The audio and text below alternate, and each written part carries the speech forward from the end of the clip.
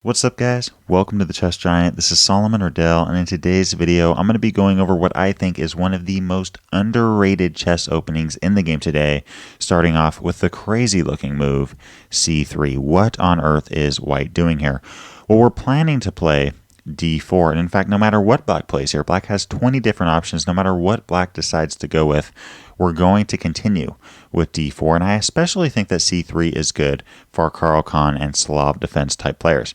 We're simply playing a Caro-Kann or Slav Defense, but with a tempo ahead. And in the purpose of this video, as we go over this system, I'm going to be going over the 4 most popular moves for black at the Grandmaster level, starting off with knight f6, then e5, d5, and c5. Let's first take a look at knight f6. What do we do here? Well, again, no matter what black does, we're going to continue with d4. And after a move like g6, simply play knight f3. And after bishop g7, we have bishop g5. Bishop g5 is a key idea in the Saragossa opening, activating the bishop and putting some pressure on this knight on f6. And following castling kingside, we can now play knight bd2, preparing an e4 push. And if d5, preventing it, we now have a couple of options. The first is to simply play quiet positional chess with the move e3. And after knight bd7, we have bishop e2. This is very Slav defense-like, except we're a tempo ahead. And after rook e8, we can simply castle kingside, and we don't really need to be worried about a move like e5 because our pawn structure is so solid. I mean, white literally has 0 weaknesses in this game right now, and we can continue with a move like knight b3, the idea being after e4, we now have an escape square on d2. And if a move like h6, we don't want to give up our bishop. We don't want to take that knight, but instead play bishop h4. And if a5 is ever played, we could then play a4, preventing the a5 pawn from pushing any further. We now have rook c1 and c4 ideas. We're going to try to break the queenside open. We have future knight c5 ideas, and I like white's game here. So that's one of the options with a move like e3, playing more quiet positional chess. But one of the things I like about the Saragossa opening is that it's so flexible. Depending on your style of play, that can determine the type of middle game position you're going to reach. Instead of e3, we could also play bishop takes f6, giving up our bishop for the knight, and in return, playing e4, breaking through in the center of the board, looking to play e5, and it's in black's best interest to take that pawn on e4, in which we could take the pawn back, play bishop d3, and now we're simply going to play natural developmental chess with moves like castling kingside, queen e2, put the rooks on d1 and e1, knight e5 ideas, and we're simply playing chess. So that covers the move knight f6. What about a move like e5, putting pressure on the d4 square? Does this stop us from playing d4? Well, in fact, by playing d4, we now have a Caro-Kann position, but we're a tempo ahead.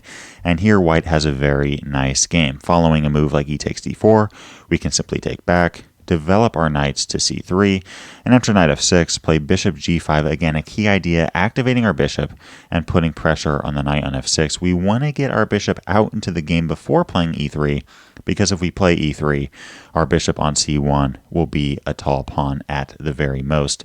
So we want to get our bishop into this game, put some pressure on that knight, and after a move like bishop e7, we can now continue with e3. Now that our bishop is activated, continue with bishop d3, activating this bishop, putting some pressure on the b1 to h7 diagonal.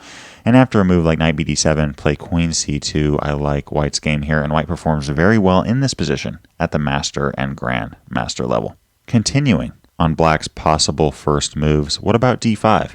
Well, our game plan, just like all other moves from black, does not change. We're simply going to play d4, and after knight f6, put our bishop on g5. There's really not much black can do from stopping white's first 8 to 10 moves. After e6, we can play knight f3, and if c5 is played, we're not going to take the pawn on c5 because the bishop on f8 would come into the game and be a very active piece. Instead, we're simply going to play knight bd2, continue with e3, and after knight bd7, play bishop d3. We have a pawn pyramid from b2 to f2, a Slav defense type position, except we are a tempo ahead. I really like white's game here, and we can continue with moves like castling kingside, queen e2, maybe prepare a e4 push. We have knight e5 ideas.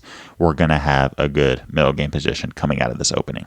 And our last and final move that we're going to go over is c5, a pretty interesting idea. Here black is planning on after d4, taking the pawn on d4 and then playing d5. But here we're simply a tempo ahead. We can continue with knight f3, knight c3.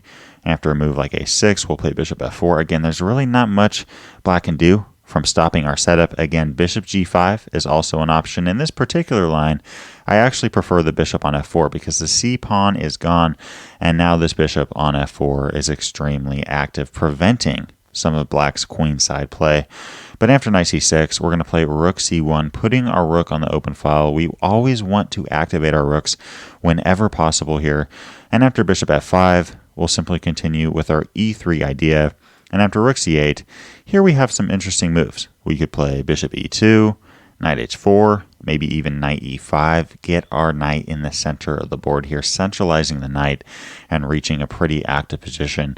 If a move like knight takes e5, we can simply take that knight back, put our queen on b3, putting some pressure on that b7 pawn, and I really like white's game here.